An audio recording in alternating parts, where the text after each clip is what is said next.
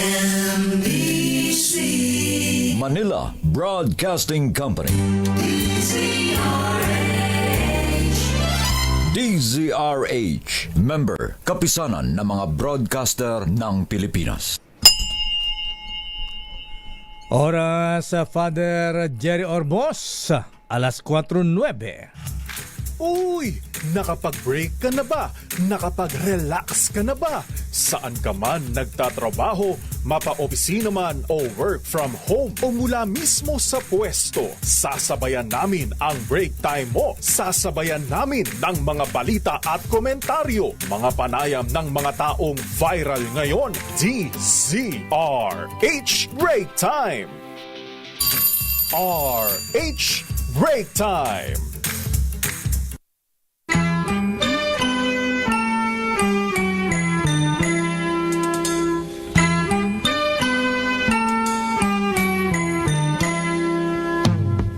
See the curtains hanging in the window in the evening on a Friday night.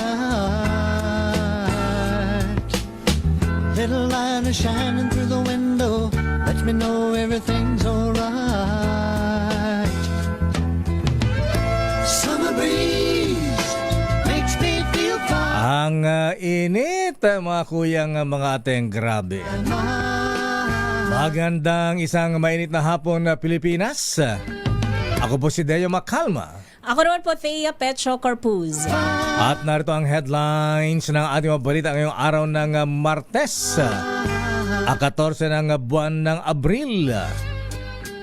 3 araw na transport strike kasado na bukas ng grupong Manibela at Piston kontra oil price increase.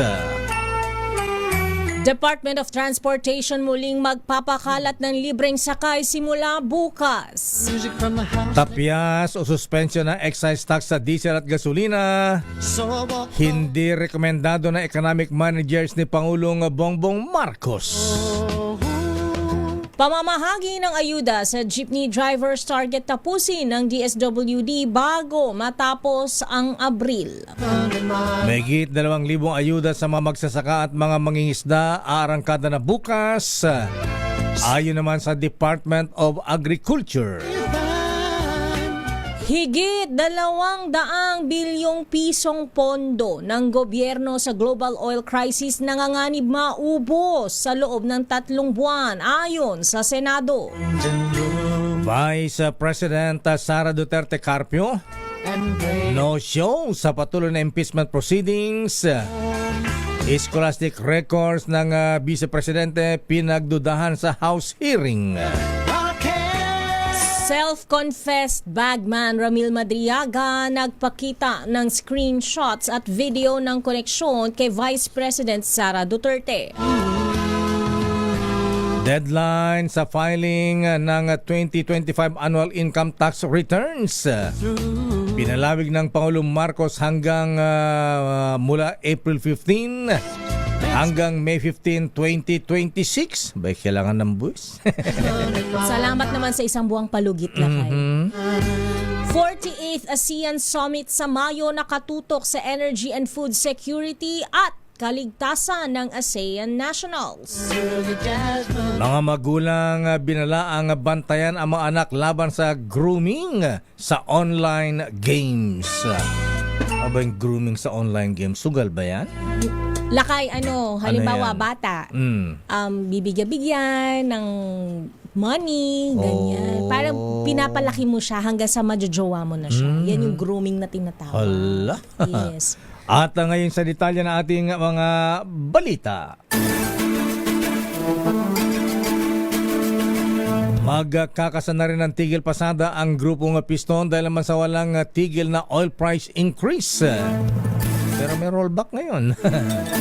Kasabay ito ng transport strike ng grupong Manibela na magsisimula bukas April 15 hanggang Biyernes April 17. Ayon kay Modi Floranda, Pangulo ng Piston, hanggat hindi na ibabasura ang oil deregulation law ay magtutuloy-tuloy ang kanilang makilos protesta. Sinabi ni Floranda na hindi sapat ang rollback ngayong linggo para sa naging serya ng mega oil price increase mula pa noong buwan ng Marso. Samantala, hindi naman may kilawak sa tigil pasada ang grupong Altodap, Pasang Mazda at Busina. Sinabi naman ni Melencio Boy Vargas, Pangulo naman ng Altodap, tanging mga commuters lamang ang maapektuhan dito na hindi naman anya responsable sa pagtaas sa presyo ng langis. Samantala, muli nga arangkada ang libreng sakay ng Department of Transportation o DOTR bukas, Abril 15 bilang tugon sa epekto ng pandaigdigang krisis sa langis sa mga commuter. Ayon kay DOTR Secretary Giovanni Lopez, ipatutupad ang programa alinsunod sa direktiba ni Pangulong Ferdinand Marcos Jr. Kaugnay nito, may dalawang uri ng service contracting program na ipatutupad. Ito ay ang gross at net service contracting, kung saan may nakalaang pondo na 1 bilyong piso ang DOTR para sa programa at 800 milyong piso para sa land transportation at 200 milyong piso para sa maritime sector. Bukod sa libreng sakay, bahagi rin ito ng mas malawak na hakbang ng pamahalaan upang tulungan ang sektor ng transportasyon at mga pasahero. Wala pa ring desisyon ng Pangulong Bongbong Marcos hinggil sa suspension ng excise tax sa diesel at gasolina.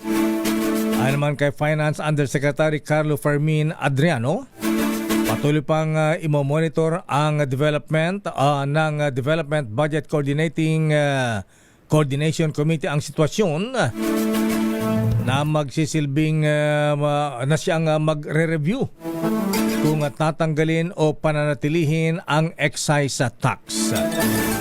Sinabi pa ni Adrano na aabot sa 43.6 billion pesos ang mawawala sa kita ng pamahalaan kung aalisin ang excise tax sa diesel at gasolina. Kung tatagal naman anya ang suspension ng tax sa LPG at kerosene, 4.1 billion pesos din ang mawala sa kita ng pamahalaan. Narito si Yusek Carlo Fermin Adriano. Sabi namin, ang direction po ngayon is targeted subsidies. So gusto po namin unahin munang tulungan yung mga nangangailangan po talaga. At tulad nga po ng sinabi ko kanina, for example nga po yung diesel, based sa FIES data, 85% of the consumption of diesel is coming from the 3 richest decile. So yun po. Targeted subsidies po ang ating ginagawa.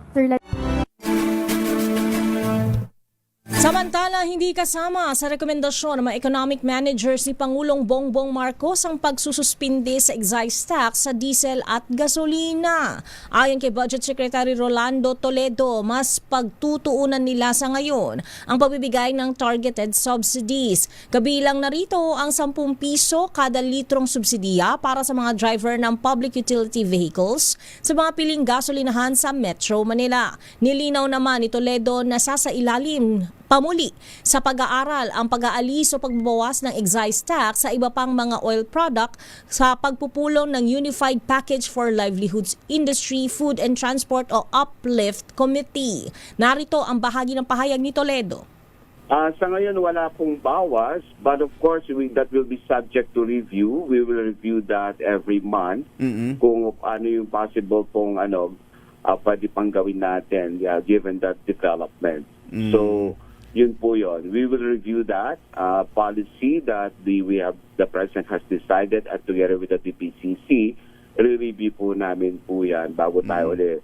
Titingnan po talaga pang kailangan ba pa tayo i-suspend ng totally at magbigay lang ng 10 pesos or rather at the same time yung really suspend the excise tax. Samantala, plano naman ng DSWD na kumpletuhin ang unang bugso ng pamimigay ng cash aid para sa mga PUV driver sa buong bansa bago matapos ang buwan ng Abril. Ayon naman kay DSWD Secretary Rex Gatchalian, nagsimula na noong April 8 ang pamahagi ng tulong pinansyal sa mga probinsya. Habang sinimula naman ngayong araw, April 14, ang payout sa Metro Manila, natatagal hanggang April 19 para sa mga hindi pa nakatanggap at sa mga karagdagang benepisaryo sa rehiyon. Sa Samantala, pinag-aaral na rin ng departamento ang paggamit ng e-wallet para sa mga susunod na payout, lalo na kung magpapatuloy ang pagtaas ng presyo ng petroleum products. Samantala, hindi magtatagal at mauubos na ang pondo ng bansa sakaling magtagal pa ang gulo sa gitnang silangan. Ayon kay Senator Sherwin Gatchalian, chairman ng Senate Committee on Finance, nasa 70 hanggang 80 bilyong piso ang gastos ng pamahalaan sa loob ng isang buwan. At sa pagdinig ng Protect Ad Hoc Committee na kanyang pinamumunuan, kinumpirma ni Department of Budget and Management Secretary Rolando Toledo na may 238 bilyong piso ang gobyerno para sa 2026 na panggastos sa oil crisis. Kaya sa kanilang pagtaya, mauubos na ang pondo sa loob lamang ng 3.5 buwan, habang 45 araw na ang nakalipas na magsimula ang sigalot sa Middle East. Kung magtatagal pa ang gyera sa gitnang silangan, kakailanganing maghanap na mapagkukunan ng pondo ang gobyerno para pang-ayuda sa mga sektor na pinakamatinding naapektuhan nito. How long can we last? Kung tumagal pa kasi itong Ito naman si Vice President Sara Duterte Carpio sa pagpapatuloy ng impeachment hearing laban sa kanya sa Kamara de Representantes. Bakante po ang nakalaan sana para sa Vice Presidente na nakapwesto sa pagitan ng mga endorser ng reklamo na sina Congresswoman Laila de Lima at Congressman Benny Abante. Ang hindi pagsipot ni Vice President Sara ay kasunod ng inihain niyang petisyon sa Supreme Court na humihiling na itigil ang pagdinig sa impeachment complaint sa pamagitan ng isang TRO. Kinwestiyon din ng kanyang kampo ang legalidad na masupina na inilabas ng Justice Committee. Matatanda ang hindi ring sumipot si Vice President Sara noong unang araw ng pagdinig noong nakalipas na buwan. Kaugnay nga ng balitang yan, kahit ang scholastic record ni Vice President Sara Duterte ay hindi din nakaligtas sa expose ni Ramil Madriaga. Sa kanyang sinumpaang salaysay sa impeachment hearing ng House Committee on Justice, ibinunyag ni Madriaga na lubhang kaduda-duda ang pagpasa ni Vice President Sara sa San Sebastian College of Law. Ayon kay Madriaga, naging close siya sa dating Associate Dean ng SSC Law na naging propesor ng pangalawang Pangulo. Sinabi ni Madriaga na binanggit sa kanya ng isang attorney Ryan na mahina sa klase si Vice President Sara. Gayunpaman, ginamit lang umano ng dating Associate Dean ang impluensya kaya nabigyan ng passing grades ang Vice Presidente. Naiyak naman ang self-confessed bagman ni Vice President Sara Duterte Carpio na si Ramil Madriaga habang binabasa ang bahagi ng kanyang sinumpaang salaysay sa pagdinig ng House Committee on Justice kaugnay ng impeachment complaints laban kay Vice President Sara Duterte Carpio. Sa gitna ng kanyang testimonya sa House Committee on Justice, lumuha si Madriaga habang inilalahad ang nilalaman ng kanyang sinumpaang salaysay.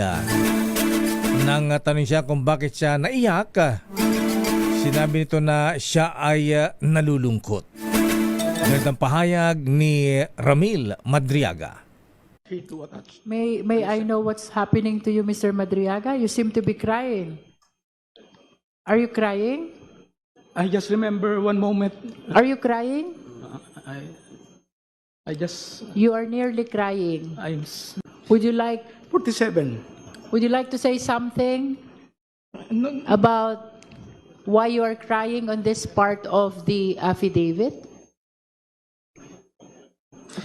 hindi naman, malungkot lang po. Malungkot lang po. Malungkot.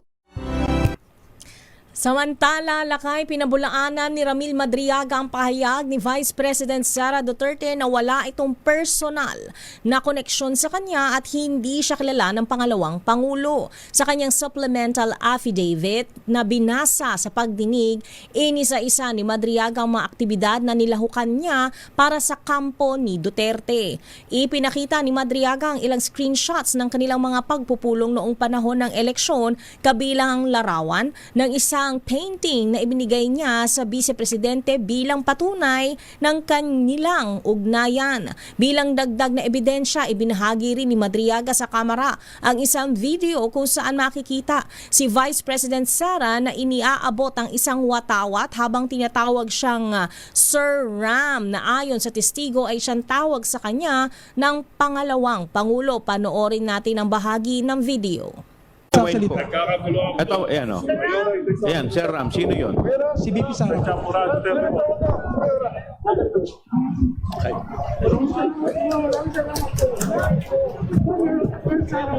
Sino po yung Sir Ram na tinatawag niya? Ako po, Your Honor. Ako po, Madam Chair. Kayo po.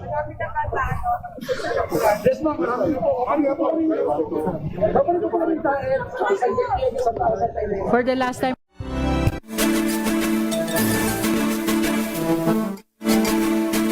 Samantala, inubos ni Vice President Sara Duterte Carpio ang 125 million pesos na confidential fund sa loob lamang na isang araw at hindi sa loob ng 11 araw. Sa pagdinig pa rin ng House Justice Committee sa impeachment proceedings laban sa Vice Presidente, sinabi ni Ramil Madriaga na siya mismo ang nagdala ng pera mula sa naturang pondo sa ilang personalidad. Kabilang anya sa mga binigyan ng pera ayon kay Madriaga ay si dating ombudsman Samuel Martires at Assistant Special Prosecutor Ryan Ray Kilala. Base sa direktiba sa kanya ni noon ay Mayor Sara. Sabi ni Madriaga, discreet ang paraan ng pagde-deliver ng pera gaya ng mga nakaparadang sasakyan, pre-arranged parking spots at ilan lang ang kanilang contact. Narito muli si Madriaga. 74. A few years later, I read from several media reports that the 125 million pesos OBP confidential funds in 2022 were reportedly utilized in just 11 days. This is wrong because I personally disposed the money in less than 24 hours. Muli pang nilinaw ni Madriaga ng matanong ni Congresswoman Sara Elago tungkol sa confidential funds na naubos ito sa loob lamang ng 18 hours. At hindi 24 hours gaya ng kanyang naunang nabanggit sa kanyang affidavit. Naritong muli si Ramil Madriaga. Yung utilize po kasi sa pagkakaintindi ko, meron din akong kinalaman personal. Ang dispose po, hindi ko po yun utilize, I just delivered it. Somebody disposed it. Or somebody, other than me, I dispose it to them. Sila na po yung nag-utilize, sila na yung gumamit. Labas na po ako sa pag-utilize nun. Pero ho, sa pagkakaintindi ninyo, naubos na yung 125 million na OVP confidential funds sa loob lamang ng 24 hours. Opo, exactly po, 18 hours po siguro.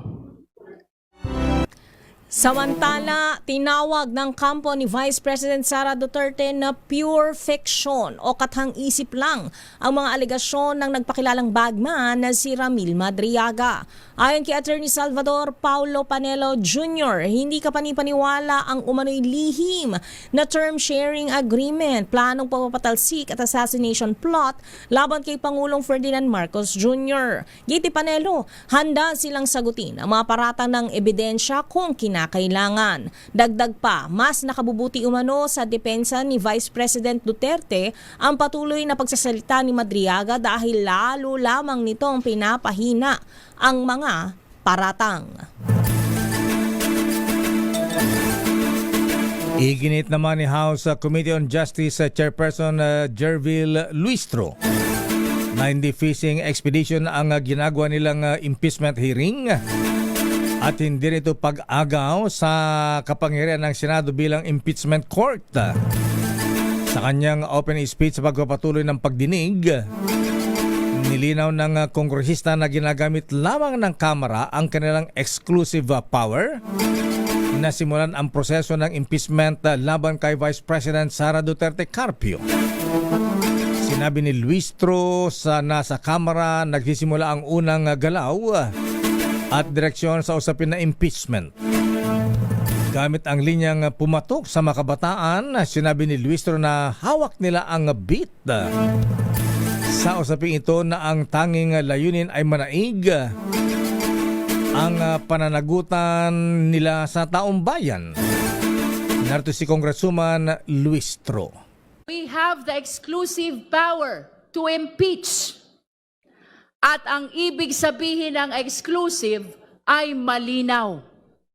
Sa Kamara, nagsisimula ang impeachment process. Sa atin ang unang galaw. Sa atin ang direksyon. At gaya ng sabi ng mga kabataan, hawak natin ang beat. Hawak natin ang beat. Nauna rito ay question din ni dating Supreme Court Justice Adolf Ascuna na ang ginagawa ng Justice Committee ng Kamara de Representantes ay trabaho dapat na impeachment court ang Senado. Sa iba pang balita, maibibigay na ang 2,325 pisong ayuda sa mga magsasaka at mangingisda bukas, araw ng Miyerkules, Abril 15. Sa panayam sa programang 2x2, sinabi ni Agriculture Secretary Kiko Tiu Laurel na nasa mahigit 4 na milyong benepisyaryo ang mabibigyan ng tulong pinansyal. Ito'y tulong sa ating mga kababayang nasa sektor ng agrikultura, partikular ang mga magsasaka at mangingisda sa gitna ng tumataas na presyo ng mga bilihin. Narito ang bahagi ng panayam. April 15, April 15 bukas. That is for 4.175 million beneficiaries, of which 2.1 million will be rice farmers na nasa RSBSA, yung 2 hectares and below. May 1.472 million corn farmers, tapos meron 102,000 sugar farmers, no, sa Negros and Bukidnon yun, at 399,000 na beneficiaries sa fishery sector na natin yung mga gumagamit ng motorized bangka. Lalabas yan sa mga 2,325 pesos kada beneficiary ho. Babalikan natin ang ilang pang detalye ng ating mga balita. Ang Department of Energy abay sisimulan na raw ang pagbili pag-order ng langis mula sa India, Singapore o kaya ay Oman. Samantala, bubukas ng mga Kadiwa stores na nagbebenta ng 20 pesos kada kilo ng bigas, pinaagahan ni Agriculture Secretary Kiko Laurel. Samantala, standby sa ating mga reports mula sa Kamara. Ramil Madriaga nagsilbing dami daw sa multi-million transaksyon ni dating Pangulong Digong Duterte. Samantala, suspension ng excise tax sa LP at kerosene, suportado ni Senate President Tito Soto. Senator Loren Legarda hinihiling naman na suspindihin na ang excise tax din sa kerosene, sa krudo at maging sa gasolina. Car volume sa panahon ng oil crisis bumaba. Motorista at gumagamit ng bisikleta na dumadaan sa EDSA, dumarami ay naman sa MMDA. At sa ating mga magulang, mga kuyang, mga ating, abay, bantayan daw po ang inyong mga anak laban sa grooming sa online games.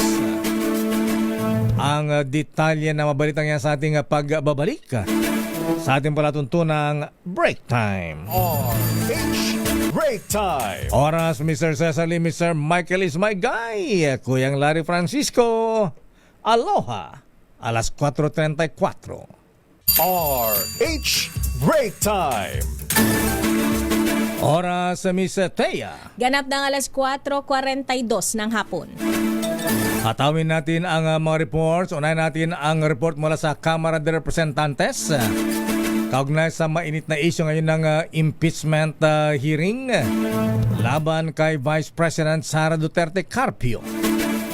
Ramil Madriaga nagsilbing dami sa multi-million peso transaction ng dating Pangulong Digong Duterte. Arrest number 12, Milky Regunan, please come in. Manang Milky. Milky. Yes, Sakaya nagsilbing dummy ng multimillion transactions ni dating Pangulong Rodrigo Duterte si Ramil Madriaga. Ito ay sa pamagitan ng transfer ng daan-daang milyong pisong pera sa bank accounts ng ilang malapit kay dating Pangulong Duterte.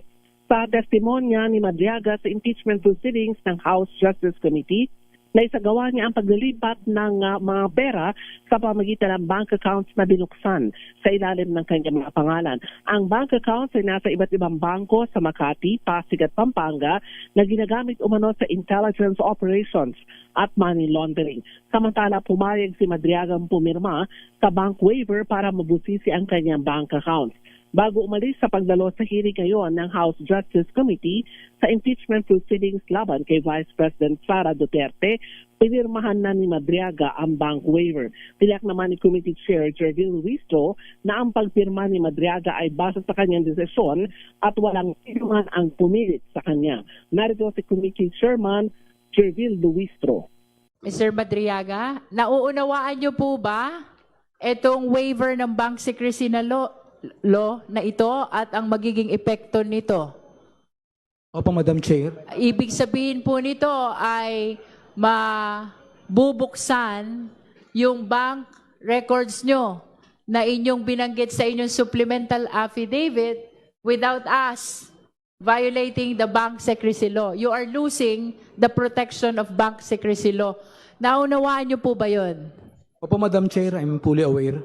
Ito po bang isinagawa ninyong ito ay may paggabay na ibinigay sa inyo ang abogado nyong katabi nyo ngayon, whom I know is Attorney Palad?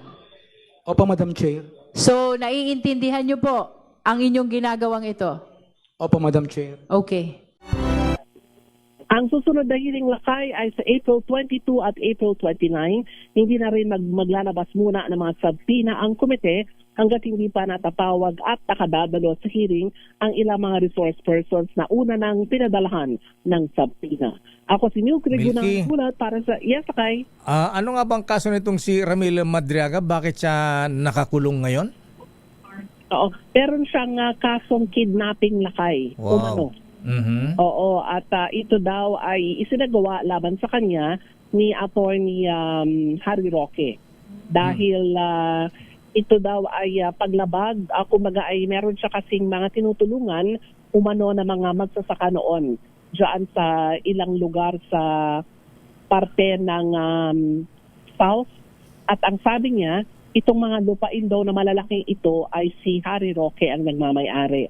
Kaya para kumbaga matigil yung pagtulong ni Madriaga sa ilang mga magsasaka at ilang mga grupo doon ay kinasuhan siya ng kidnapping at kaya ngayon ay nakakulong sa BJMP facility sa Taguig. Ayan, nakulong siya during Duterte administration pa o Marcos administration na?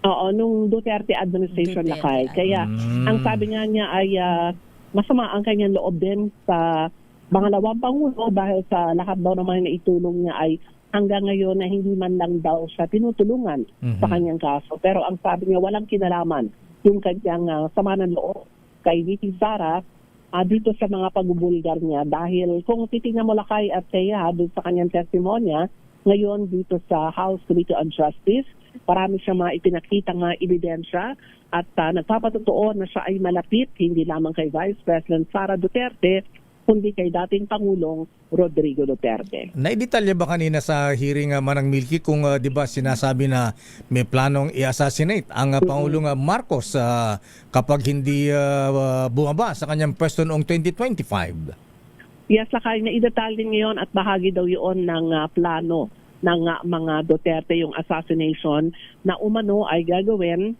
2025, so yan ay nakalipas na taon.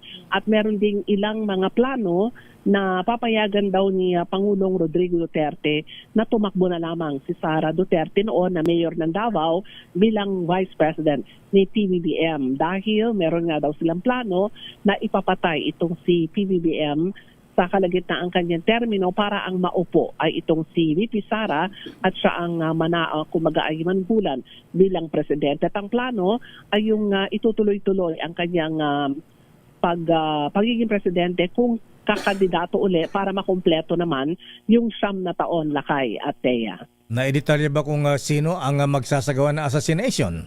Sino mag-execute Kay ng Pangulong plano? Marcos. Oo, wala siyang nabanggit kung sino ang gagawa, pero ito daw ay plano talaga ng mga Duterte. At ang sabi niya nga ay lahat ng kanyang mga binitawang salaysay dito ay kanyang sinumpaan. Patunay na kanyang ay paninindigan daw niya ito kahit umabot pa sa korte at naging sa Senate Impeachment Court. Okay, maraming salamat naman ang Milky. Yan, Lakay at Thea, ang update mula dito sa Kamara kaugnay ng impeachment proceedings laban kay Vice President Sara Duterte. Ako si Neil Criguna nagulat para sa DCRH, una sa Pilipinas, una sa Pilipino. The order is dead or alive. Hagilong.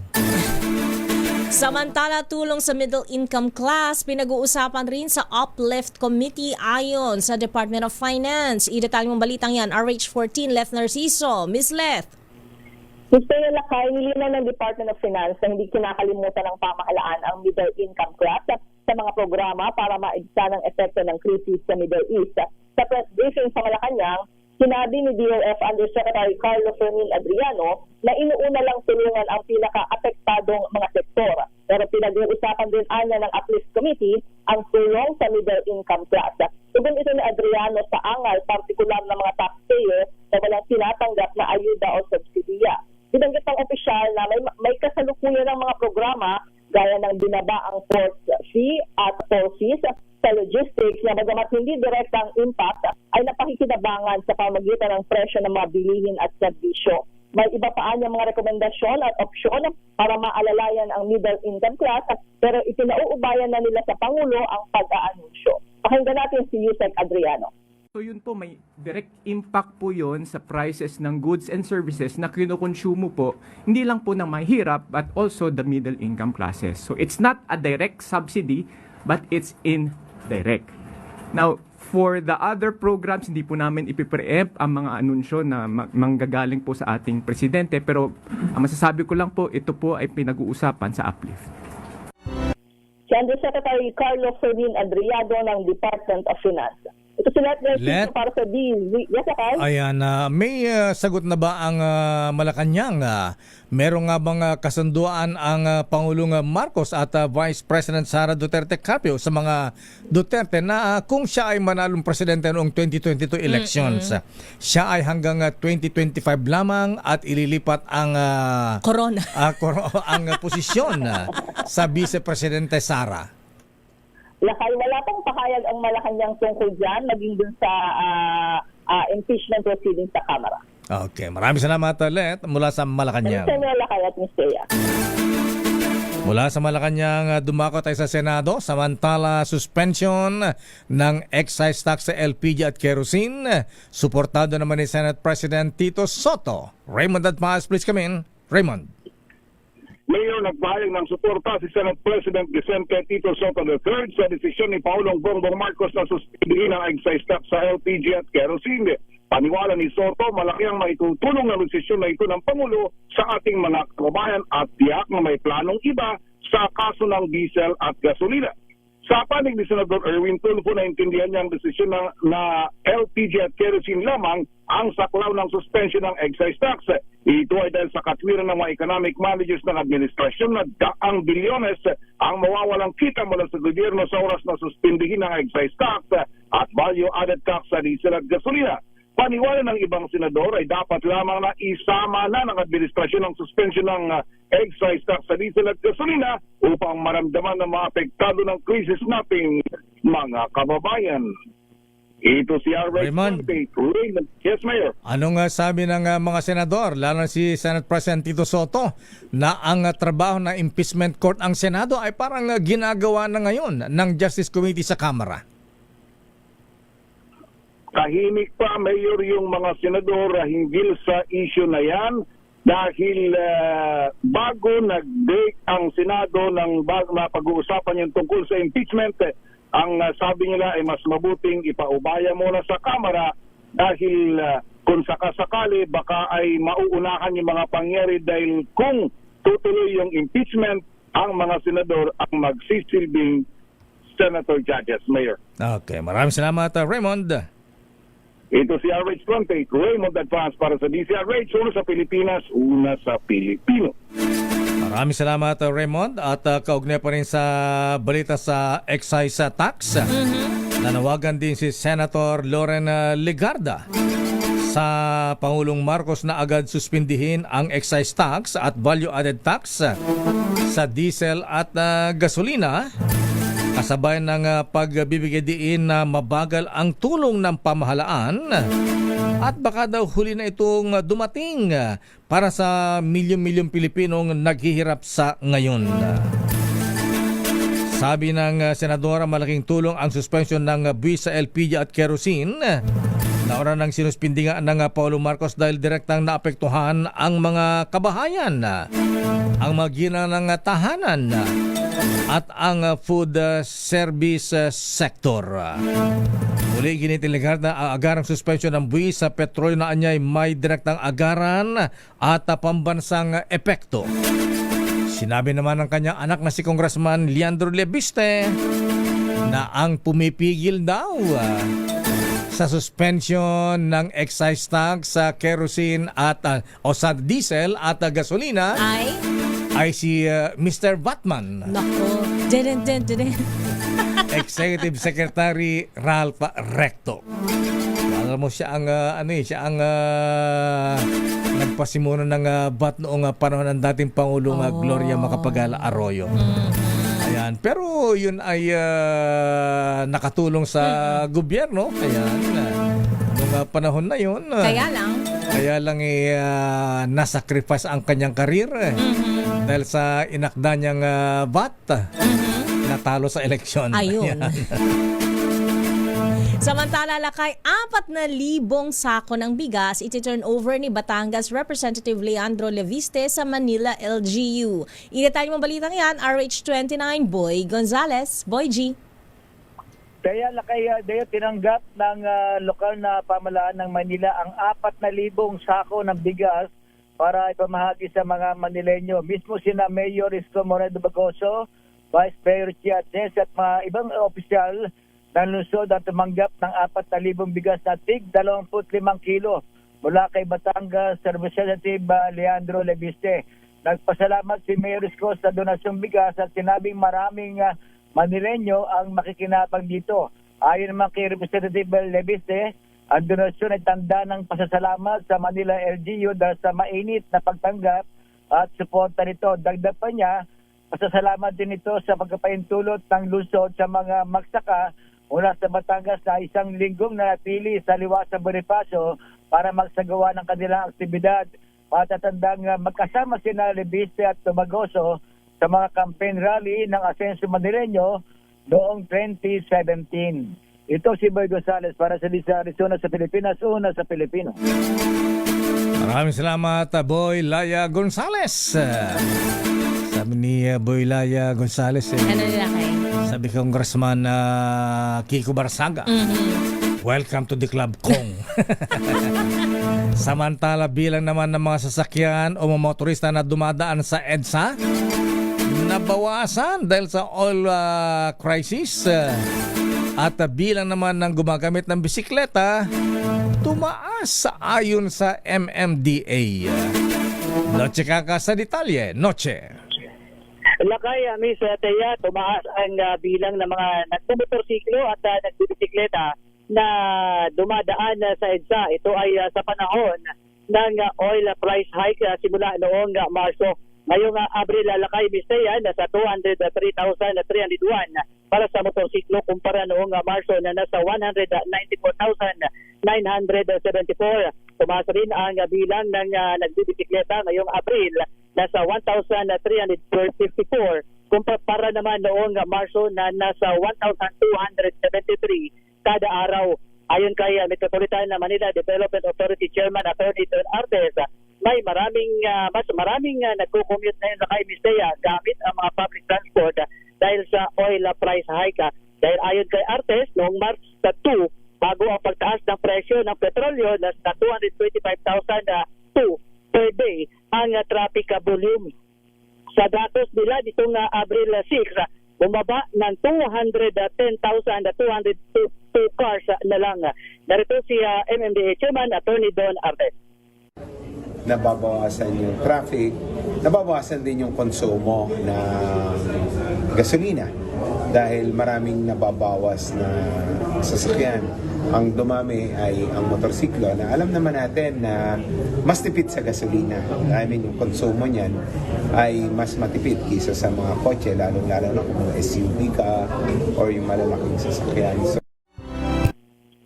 sinabi rin ni Artes Lakay, Mr. Yan, na nakahanda na rin sila para umalalay sakaling may mga stranded passengers sa transport strike. Lakay, Mr. Yan, isingit ko lang, nasa loob na ng Metro Manila District Jail Annex to Building itong si Ramil Madriaga.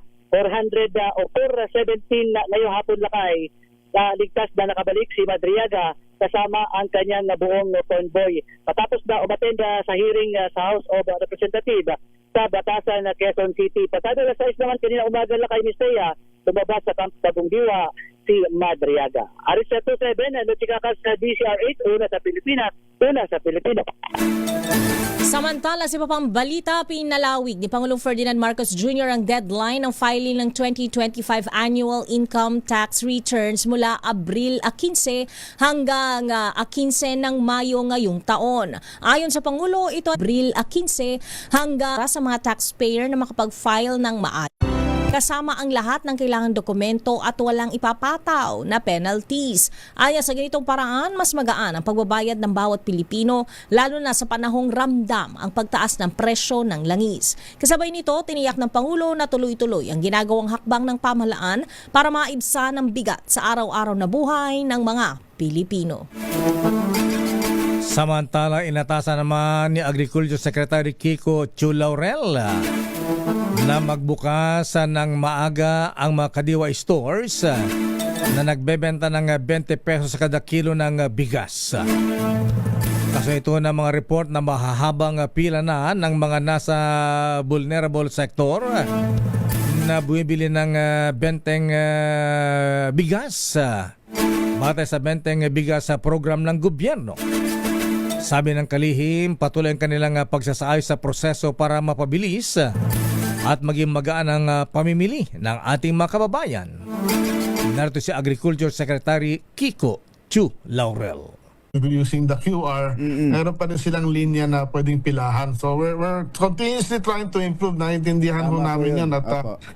At yung iba naman, ang reason nila, kaya daw sila 2 o'clock pa lang nandun na kasi gusto nilang mauna. Para kahit na may magawa pa sila during the day. Kahit na may appointment. Kaya siguro kung pwede, hindi kaya pwedeng agahan din yung pagsisimula. Tulad dito, alas 8 na ho nagbubukas daw yung Yes, may direction na ho tayo na mag-umpisa yung mga outlets na talaga may pila, mag-umpisa ng 6 a.m. ho. Sa iba pang balita, pinag-iingat ang mga magulang na may mga anak na napakahaba ng oras na inuubos sa mga online games gaya ng Roblox. Ito ay matapos mabulgar sa hearing ng Senate Committee on Women and Children na marami sa mga menor de edad ang nagiging biktima ng tinatawag na grooming. Sa pagdinig na pinangunahan ni Senator Risa Ontiveros, inilahad ni Police Colonel Romeo Desiderio na pangunahing biktima ng grooming ay ang mga bata na nakababad lagi sa internet. Matapos kaibiganin ng mga groomer na karamihan ay nasa abroad, ay hihimuki ng mga bata na gumawa ng karahasan kasama na ang pananakit sa sarili at pagsasagawa ng extortion. Narito ang bahagi ng panayam ni Colonel Desiderio. They groom victims to commit violence and make ruthless some extortion. So paano nangyayari extortion? Kaya nga yung chat message with Roblox, lumilipat sila ng other social media platform like Telegram, Messenger. So doon ako on Discord. Then andun din yung to influence them on the violence. Then some we call this radicalization and recruitment. So may kami tinatawag din na ini-influence din itong mga nag-groom ma'am ng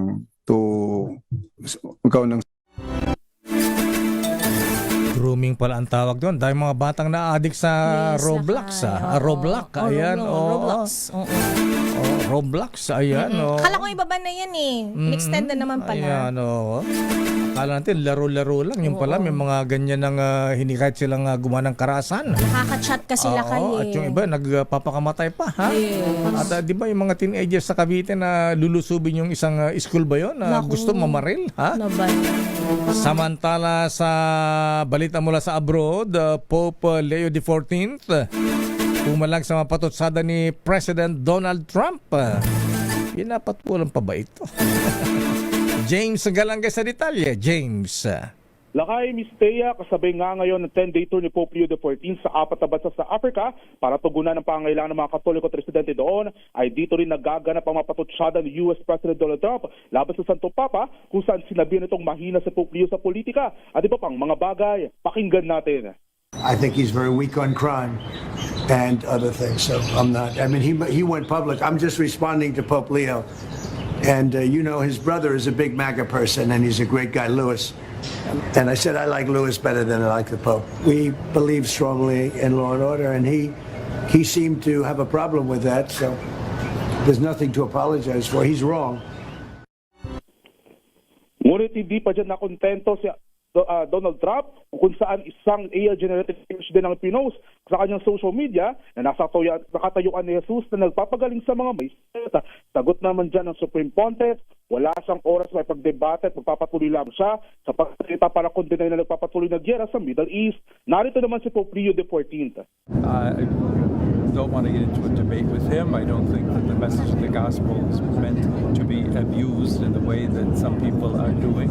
And I will continue to speak out loudly against war, looking to promote peace, promoting dialogue in multilateral relationships among the states, to look for just solutions to problems. Too many people are suffering in the world today. Sa kabila nito, sunod na bibisitahin ng Santo Papa ang Cameroon, Angola at Equatorial Guinea para magbigay ng mensahe at makisa sa mga Katoliko sa kanilang kultura. Ito si James Galangay ng Desert TV, una sa Pilipinas, una sa Pilipino. Maraming salamat, James. Akala ko sabihin ng Santo Papa, pati mga demonyo ipapanalangin ko na sana magbago na. Ayan. Harinawan. Ayan. At matigil na ang gyera. Sports, Miss Thea. Sports journalist inaresto ng CIDG sa cyber libel case na inihain ni PBA Commissioner Willie Marshall. Idatal mang balitang yan, Millie Borja. Inaresto ng Criminal Investigation and Detection Group o CIDG noong Sabado sa Quezon City ang sports journalist na si Snow Badwa, kaugnay ng kasong cyber libel na inihain ni PBA Commissioner Willie Marshall. Ayon kay CIDG Detection and Special Operations Unit Acting Chief Jean Likud, kilala ang suspect bilang taga-subaybay ng mga laro at aktibidad ng PBA. Sinabi ni Likud na inakusahan ng mamamahayag ng pagkakalat umano ng mapanirang pahayag laban kay Marshall sa online platforms. Aniya, nagsimula ang kaso noong 2016 nang formal na magsampa ng reklamo laban sa kanya. Nakalaunan ay dumaan sa proseso ng korte hanggang sa mailabas ang warrant of arrest. Hindi naman isiniwalat ng mga investigador ang eksaktong nilalaman ng mga pahayag na naging basihan ng reklamo dahil nakapaloob na umano ang mga ito sa mga dokumento ng korte. Ayon pa sa CIDG, iginiit ng suspect na naayos na umano nila ni Marshall ang issue, ngunit nagpatuloy pa rin ang pag-usad ng kaso sa hukuman hanggang sa ipatupad ang warrant of arrest. Nakapagpiyansa ng sports journalist noong Lunes sa halagang 30,000 pesos at inaasahang sa ilalim sa routine medical examination bilang bahagi ng standard procedure. At yun ang mga latest updates sa mundo ng sports. Ito si Millie Borja ng DZRH TV, una sa Pilipinas, una sa Pilipino. Maraming salamat, Millie Borja, at sa ating showbiz, Miss Thea. Alfred Vargas naghain ng criminal complaint laban sa mga magulang ng batang umano'y ng bully sa kanyang anak. Idetalye mong balitang yan, Angelica Cosme. Kasama ang kanyang misis, formal na naghain ng criminal complaint sa Office of the City Prosecutor sa Maynila ang actor-turned-politician na si Alfred Vargas laban sa mga magulang ng batang umano'y ng bully sa kanilang anak. Sa inilabas na pahayag ni Vargas, nangyari ang umano'y insidente ng pambubuli at pang-aabuso sa kanilang lalaking anak sa gitna ng swimming training sessions nito. Bagamat makailang ulit na rin daw silang nakipag-ugnayan sa magulang ng menor de edad, ay hindi ito natugunan ng maayos at tuloy pa rin ang bata sa pambubuli sa kanilang anak. Bukod sa insidente kung saan nilunod umano ito, isinalaysay din ni Vargas ang ginawang pagtulak sa kanyang anak sa isang swimming competition na ginanap sa Rizal Memorial Sports Complex noong Pebrero habang nagwa-warm up na muntik magdulot ng injury sa bata bago magsimula ang kompetisyon. Bilang ama, hindi na anya kayang tiisin ni Vargas na makitang inaapi ang anak. Hindi raw ito simpleng away bata, bagay na hindi na rin anya dapat palampasin. Kung kaya't sa inihaing reklamo, idiniin ito na maaari sanang maiwasan ang insidente kung hindi dahil sa kapabayaan ng magulang. Ang hakbang na ito ay hindi lamang para sa kanilang anak, kundi nais na dinaanya ni Vargas na magsilbing boses para na rin sa lahat ng mga batang natatakot magsalita. Agad namang bumuhos ang suporta mula sa kanilang mga kasamahan sa industriya, gaya ni Dayan Medina at Yasmin Curdy na kamakailan lang ay dinaan na rin sa legal na hakbang ang laban, kaugnay din ng umano'y pambubuli sa kanilang anak. At yan ang latest sa mundo ng mga sikat. Ito po ang inyong showbiz angel ng DZRH TV, una sa Pilipinas, una sa Pilipino. Maraming salamat, Angelica Cosme. Ayan, sa mga magulang, tama rin naman, tingnan din yung ating mga anak. Baka sila po ay nambubuli o kaya ay binubuli. Yes. Ayan, bantayan. Pagsabihan lakay, di ba? At ayon sa ating business correspondent, Mr. Michael Ismaygay, magkano lakay? aba, medyo lumakas ang piso kontra dolyar. Nagasara ang palitan ngayon sa dollar sa halagang 59 pesos and 87 centavos. Samantalang kahapon, 60 pa rin, Miss Thea, ha? 60 pesos and 13 centavos. Maraming salamat, bossing Mr. Michael Ismaygay. At congratulations sa mga gagraduate ng senior high sa San Beda College sa Manila. Congratulations daw sa graduating class 2026 ng San Beda, Manila. Kasama na si Sara. Kala ko Sara Duterte.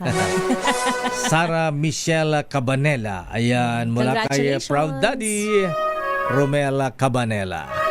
At happy birthday kay Lola. Ayan, kay Lola Zening Melegrito. Wow! Ano to ni Kuyang Dado Melegrito? 90 years old, Miss Thea. Wow! Happy birthday, Lola Zening Melegrito. Sana umabot po kayo ng 100. Ayan. Magpakanton po kay Lola para umatintog tibiyagyo. Ayan. At happy birthday din kay Kuyang Renz Rigor Bautista ng General Llanera Lads. At kay Balikbayan Candido Ponsalan, 68 years old. Mula kay kanyang pinsan Mista Danny Constantino, umuwi para dito mag-birthday. At wow, happy birthday. At happy birthday din kay ang abogado ni Vice President Sara, si Mista Attorney Siegfried Fortun. Attorney Sig, binabata kayo ng PMA Sandigan 82. At happy birthday na rin kay Idol Mr. Chris Laksa. At Kuyang Jedel Batag at Kuyang John Neil Baldovia ng TM Kalamazoo Class 136 at kay Kuyang Jeffrey Ryan Tantingko at kay Kuyang Kapitan Noli Tamayo ng Luna Isabela at kay Kuyang Victor Victor Nunez. Happy birthday. At si Marx Angelo Urbano ng May Kawayan, Bulacan. At yan na ang kabuuan nating palatuntunang break time. Ako po si Deo Macalma. Ako naman po, Thea Petro Corpuz. Susunod na, mga balansyadong balita, Henry Uri at Miss Kay Karen Oyong. Oras eksakto. Alas 5:11. That leads us to